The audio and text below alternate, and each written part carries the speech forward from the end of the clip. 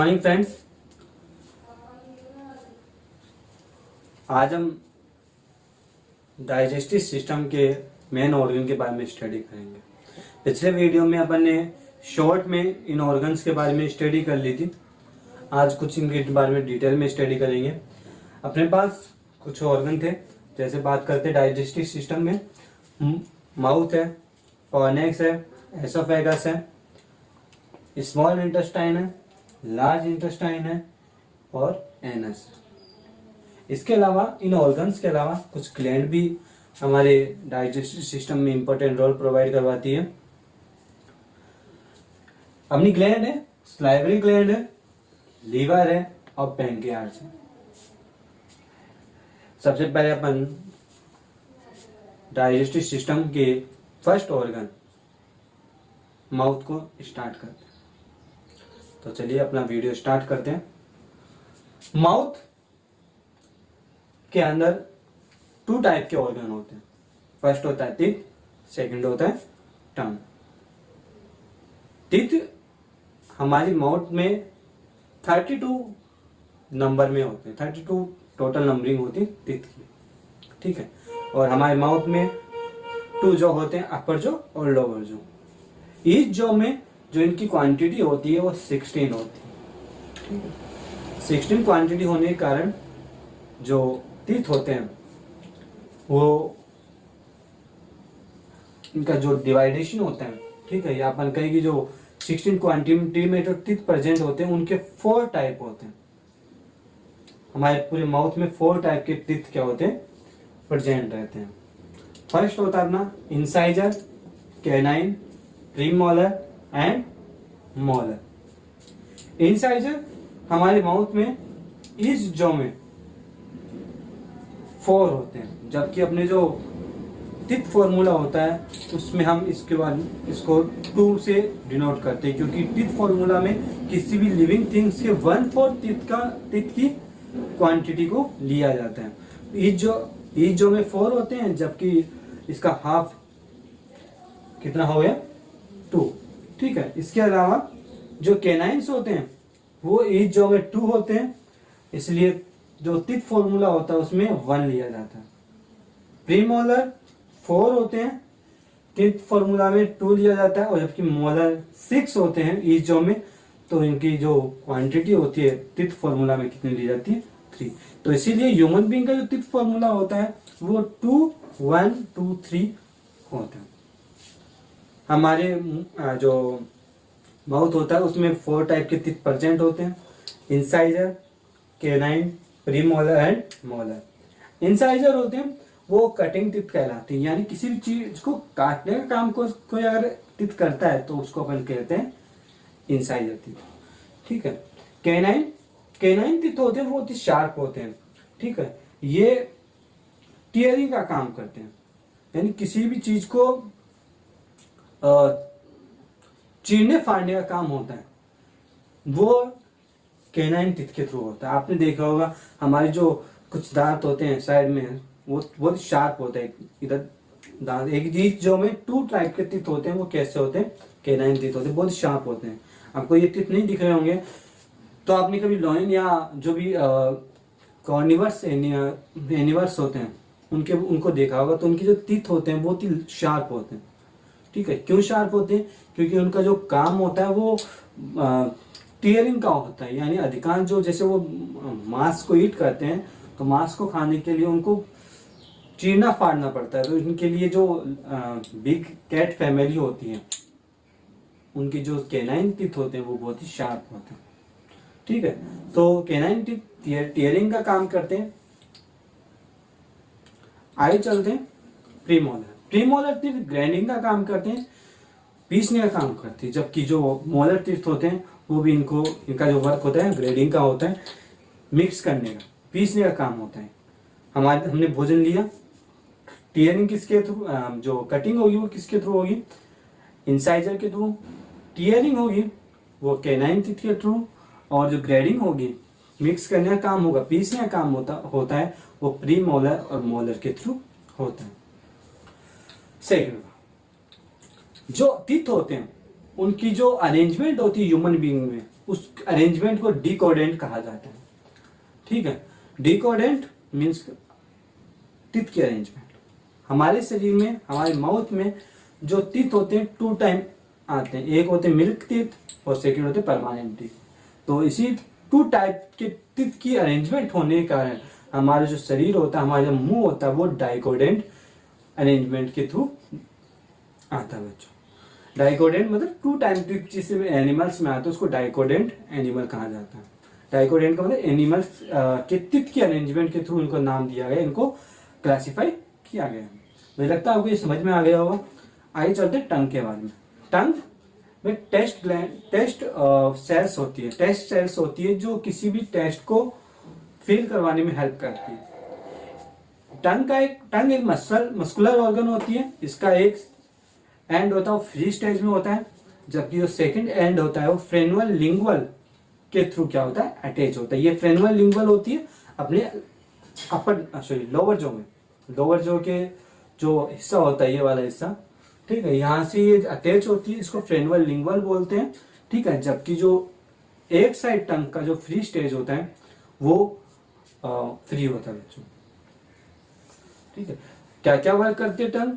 Test को identify करती है, सेकंड स्पीकिंग में हेल्प करती है, ठीक है, थर्ड फूड में जो फूड आता है उसको मिक्स करने में, लुब्रिकेंट बनाने में हेल्प करती है, उसको रोटेट करवाने में हेल्प करती है। अगर अपने पास टंग नहीं होगी तो फूड में जो सलाइवा होता है वो एक ही जगह मिक्स होगा, तो सलाइवा को अच्छी तरह मिक्सअप करने के लिए उनको रोटेट करवाने का काम होता है, वो किसका होता है? टंग का होता है। ठीक है, आगे चलते हैं। फोनेक्स क्या होता है? फोनेक्स एक ऐसा ऑर्गन होता है, या अपन कहीं बकल कैविटी या अपना माउथ होता है, उसके आगे वाला हिस्सा होता है जो स्टोमक से डायरेक्ट कनेक्ट होता है। माउथ को स्टोमक से कनेक्ट करने वाली जो फनल शेप स्ट्रक्चर होती है उसको अपन बोलते हैं फोनेक्स। क्या बोलते हैं? फोनेक्स। फोनेक्स 3 टाइप की होती है। कौन कौन सी होती है? नेसोफोनेक्स, ओरोफोनेक्स और लेनोफोनेक्स। नेसोफोनेक्स होती है वो नेजल कैविटी और माउथ के बीच वाली होती है। ओरोफोनेक्स होती है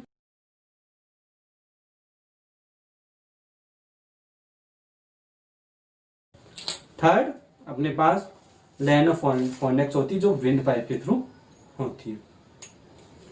आपको एक बात और बता दूं, फोनेक्स एक ऐसा ऑर्गन होता है जिसमें नेसोफोनेक्स या ओरोफोनेक्स एक ऐसा ऑर्गन होता है, ओरोफोनेक्स एक ऐसा ऑर्गन होता है जिसमें विंड और एयर दोनों साथ साथ जाती है। विंड पाइप और फूड पाइप के बीच में दोनों एक ही ऑर्गन से, एक की पाइप से सेपरेट होती है, अलग होती है। तो इनमें सेपरेटिंग जगह पर एक स्पेंचर्स होता है, एक वॉल पाया जाता है जिसको बोलते हैं एपिग्लोटिक्स। एपिग्लोटिक्स फूड आने पर विंड पाइप को कवर करता है, जबकि एयर आने पर फूड पाइप को कवर करता है। तभी हम देखा होगा खाते खाते आप नहीं बोल पाते हो। क्यों नहीं बोल पाते हो? कि एपिग्लोटिक्स का वर्क होता है वो दोनों चीजें साथ नहीं कर सकता। ठीक है, तो खाना खाते समय हो सकता है फूड पाइप के जब एंटर हो जाता है फूड, तब हम उस पर स्पीकिंग कर पाते हैं। क्यों? क्योंकि एपिग्लोटिस अपना वर्क कर रहा होता है उस समय। ठीक है, तो फोनेक्स 3 टाइप के हो गए, नेसोफोनेक्स, ओरोफोनेक्स और लेनोफोनेक्स। लेनोफोनेक्स विंड पाइप में आता है, ओरोफोनेक्स एसोफेगस और नेसोफेगस होता है। नेसोफोनेक्स होता है बकल कैविटी और नेजल कैविटी के बीच वाला हिस्सा। ठीक है,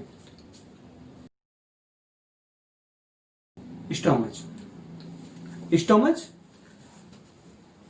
एलिमेंट्री कैनाल का सबसे बड़ा हिस्सा होता है। यहाँ पर क्या एलिमेंट्री कैनाल का जो बिगेस्ट पार्ट होता है, बहुत बड़ा हिस्सा होता है, वो कौन सा होता है?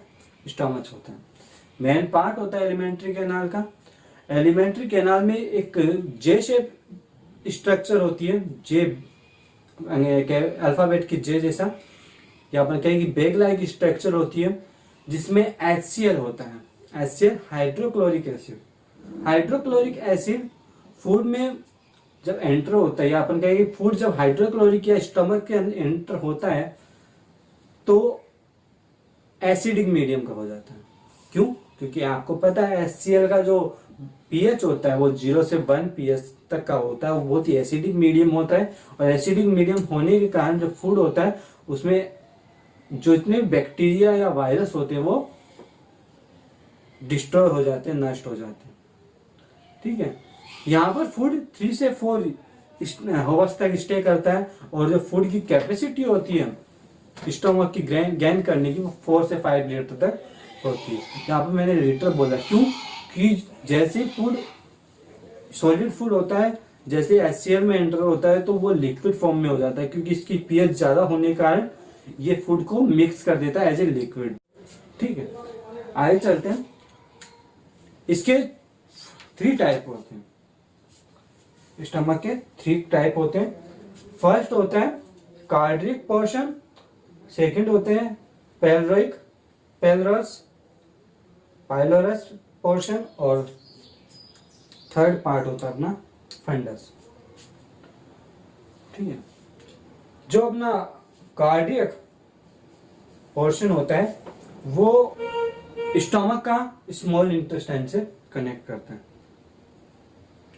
सेकंड है पाइलोरिक पोर्शन। कार्डियक पोर्शन होता है जो एसोफेगस होती है वो स्टमक से अटैच होती है, वो पोर्शन कार्डियक पोर्शन।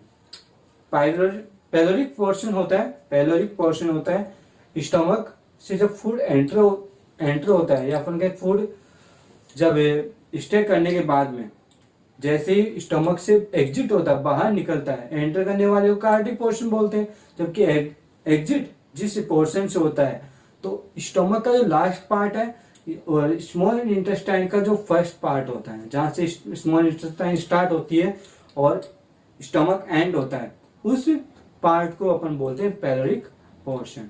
बीच वाला जितना भी हिस्सा होता है जिसमें HCl इंक्लूड होता है, बहुत सारे गैस्ट्रिक जूस इंक्लूड होते हैं, बाइल साल्ट इंक्लूड होता है, वो वाला हिस्सा होता है वो क्या कहलाता है? फंडिस। ये स्टमक के 3 टाइप। स्टमक में 2 टाइप के स्पेंचर्स होते हैं।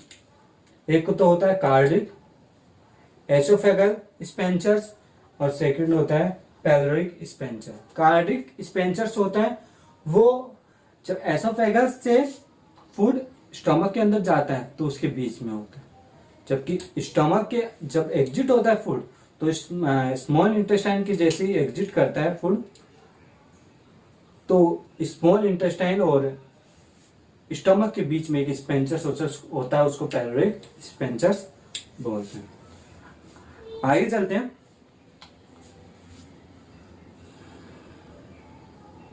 स्मॉल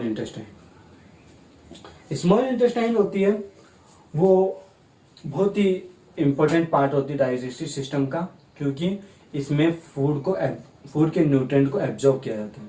फूड लिक्विड फॉर्म में कन्वर्ट हो जाता है, लिक्विड फॉर्म में कन्वर्ट होने के बाद जो भी न्यूट्रिएंट होते हैं उनको एब्जॉर्ब करने का काम स्मॉल इंटेस्टाइन के थ्रू होता है। स्मॉल इंटेस्टाइन में एक विली लाइक स्ट्रक्चर होती है, फिंगर लाइक प्रोजेक्शन होता है, फिंगर लाइक स्ट्रक्चर होती है जिसमें फूड ट्रैप हो जाता है लिक्विड फॉर्म में, और उस फिंगर लाइक स्ट्रक्चर में इसको विली बोला जाता है। विली में कैपिलरीज होती है, ब्लड वेसल्स होती है, कैपिलरीज होती है जो फूड के न्यूट्रिएंट को गेन करती है और किसके अंदर छोड़ देती है? ब्लड के अंदर, और इसी के थ्रू हमारे शरीर को एनर्जी मिलने का काम होता है। न्यूट्रिएंट कहाँ से मिलते हैं पूरी डाइजेशन में? स्मॉल इंटेस्टाइन में फूड का एब्जॉर्प्शन होता है और उससे ब्लड न्यूट्रिएंट गेन करता है, किसके थ्रू? विली स्ट्रक्चर के थ्रू अपन स्मॉल इंटेस्टाइन में जो फूड होता है उसे न्यूट्रिएंट गेन किया जाता है। स्मॉल इंटेस्टाइन के 3 पार्ट होते हैं। फर्स्ट होता है ड्यूडेनम, सेकंड होता है जेजुनम और थर्ड होता है इलियम। ड्यूडेनम होता है स्मॉल इंटेस्टाइन से वो पार्ट जहां से फूड स्टमक से एंटर होता है, स्टमक से एंटर होता है उसको तो पेल्विक बोलते हैं, लेकिन स्मॉल इंटेस्टाइन का वो पार्ट जो स्टमक से कनेक्टेड होता है उसको अपन बोलते हैं ड्यूडेनम। क्या बोलते हैं? ड्यूडेनम। सेकंड है जेजुनम। जेजुनम होता है बीच वाला हिस्सा। स्मॉल इंटेस्टाइन का बीच वाला मिडिल पार्ट होता है जहां पर विला की स्ट्रक्चर होती है, फूड को एब्जॉर्ब किया जाता है, ब्लड में छोड़ा जाता है। ये सारी प्रोसेस कौन से पार्ट में होती है? जेजुनम पार्ट में होती है। और थर्ड होता है अपना इलियम। इलियम होता है स्मॉल इंटेस्टाइन का लास्ट पार्ट जहां से वह लार्ज इंटेस्टाइन से कनेक्टेड होती है। आइए लार्ज इंटेस्टाइन। लार्ज इंटेस्टाइन, हाँ स्मॉल इंटेस्टाइन की एक और बात बच्चों, इनकी जो स्मॉल इंटेस्टाइन वास्तव में बहुत लंबी होती है, ये 6 से 7 मीटर तक लंबी होती है। लेकिन इसको स्मॉल इंटेस्टाइन क्यों बोला जाता है? क्योंकि इनका जो डायमीटर, जो एरिया होता है टू वॉल्स का, वो बहुत ही कम होता है। इनके कारण इनको स्मॉल इंटेस्टाइन बोला जाता है। आइए चलते हैं लार्ज इंटेस्टाइन। लार्ज इंटेस्टाइन होती है, उसकी मेन 3 पार्ट होते हैं, ठीक है। सीकम है, कोलन है और रिक्टम है, ठीक है।